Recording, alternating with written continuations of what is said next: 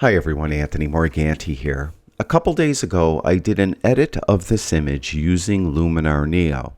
It was a rather elaborate edit. I replaced the existing sky with a dramatic sky, and I had that dramatic sky reflected in the water. After that video posted, someone messaged me telling me that they never replace skies in their images, that they use Lightroom, and they would be curious to see how I would go about editing this image in Lightroom. So yesterday, I did that video. If you haven't seen either of those videos, I'll have links to them in the description below this video. Now, after that Lightroom video posted, someone commented that they would like to see me do an edit of this image using Capture One. That's what we're going to be doing today. As you can see, I have the image opened up into Capture One 22. This is a Fujifilm RAW file. It's a rather old file. It was shot with a Fujifilm X-T1.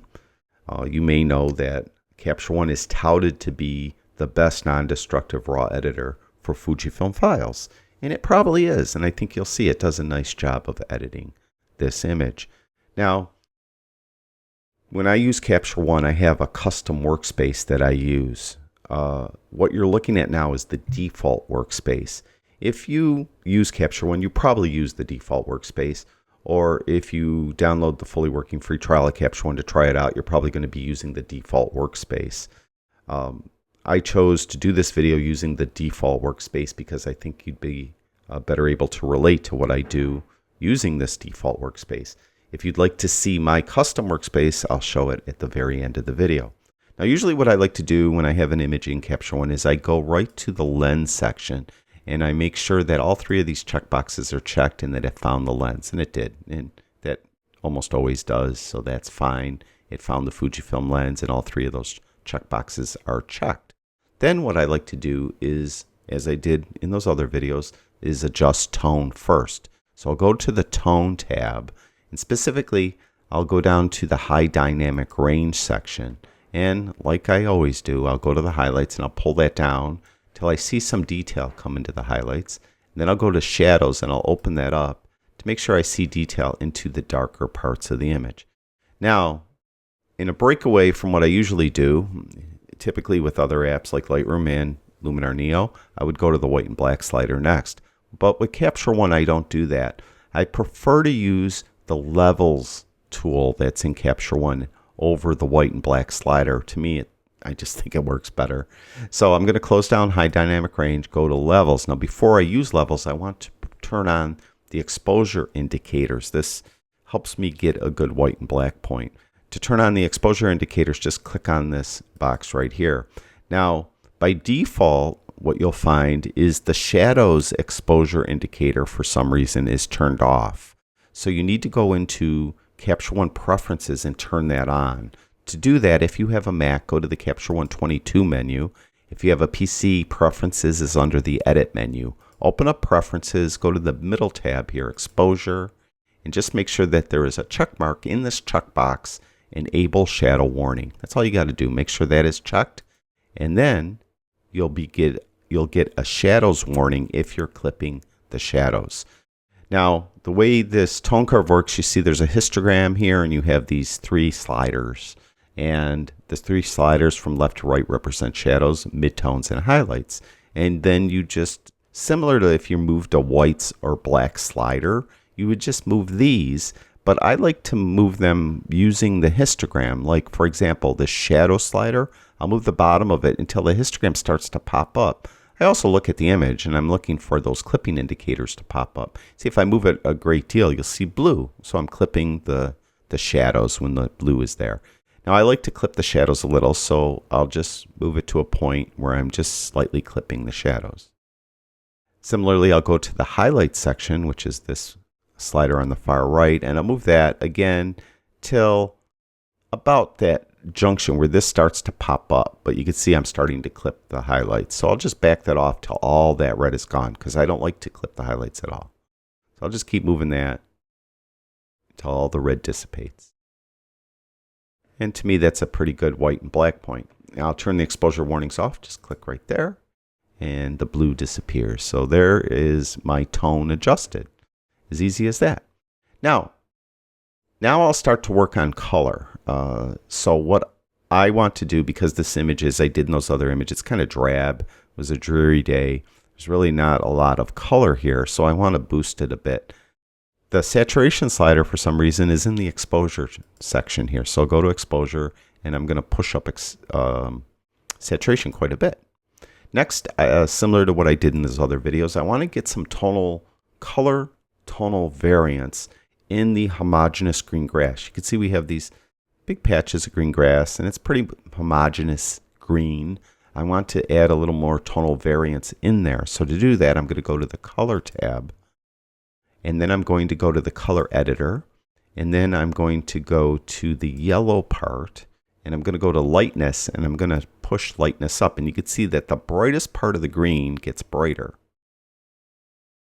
Then I'll go to the green tab, and I'll pull this down so the darker parts of the green get darker. So now I have a little tonal variance in the color here. So I have brighter parts of the grass and darker parts of the grass. That's all I want to do. I'll go to blue, and I'll pull that down a little bit. Try to darken the sky just a little bit. And that's it. I'm done with color editor. Now I'm going to jump back to the tone tab, or the exposure tab they call it. And I'm going to go to this clarity section, and I'm going to add some clarity and some structure, quite a bit. And there is dehaze here. You remember in Lightroom I moved the dehaze slider. You really don't have to do it in Capture One. You could see that it cut through that fog pretty well, but you could, if you wanted to, maybe add a little.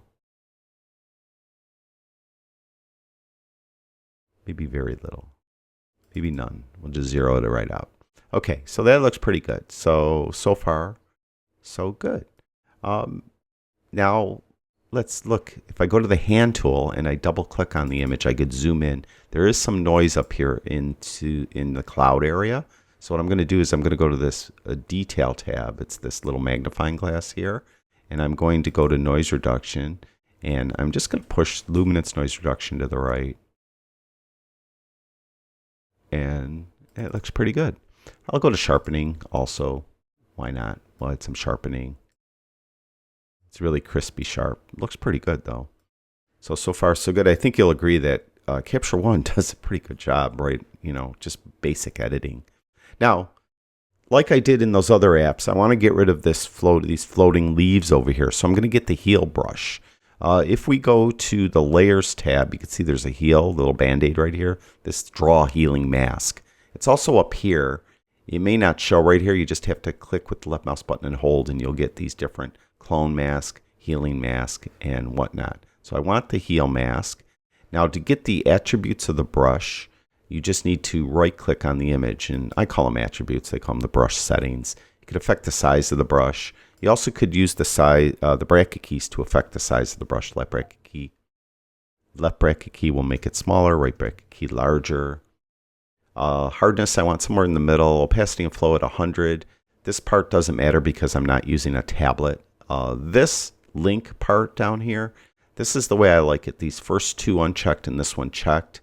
That will give me an operation similar to what Lightroom does. So when I paint on here, you'll see a red overlay up here, and then once I stop painting, you'll see that it will sample an area over here, and you can move this sampled area around if you need to. So I'll just keep doing this to these leaves that are floating on the water. Simple as that. Yep. Maybe over here a little bit. And I think I got them all. Yeah, that looks pretty good. And now I just want to put a vignette on it. So I think I'm pretty much done. So I'm going to go back to the exposure tab, which I call a tone tab all the time. And I'm going to go to vignetting. And I'm going to take the amount down. You can see it's pretty simple. It's just a single slider. There's a drop down here. Do you want a circular or elliptical vignette? In this case, I want an elliptical one.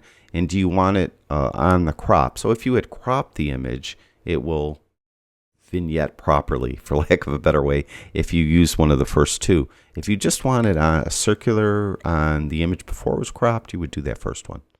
So that looks pretty good. Maybe my black point's a bit dark. So I could go back to levels, and I'd have to go back to the layer that was on, which is the background layer, and then maybe just back that up just a little bit. I think that looks better. Yeah. And there's my image. Finished in Capture One. See a before after? Go over here. You could go to this drop down. You have two different types of before afters, a full view and a split view slider. I'm going to use the full view. There's before. Oops, it's not cooperating. There we go. There's before. And there's after. There's before. There's after. Now, my opinion, it's just an opinion. It's not based on fact. Your opinion is allowed to vary.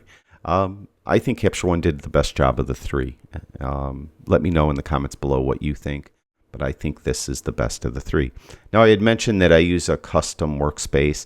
I do have, I think, 2 videos demonstrating how to create a custom workspace in Capture One. But anyway, to get this custom workspace, go up to Window, Workspace, and I called it cleverly My Workspace. And when I do that, you'll see everything shifts, and you can see that I have all the tools over on the right, because most of the apps I use have the tools over here on the right. Also, I have like a custom tab here that I have the tools pretty much in the order I like to use them, laid out if I need to.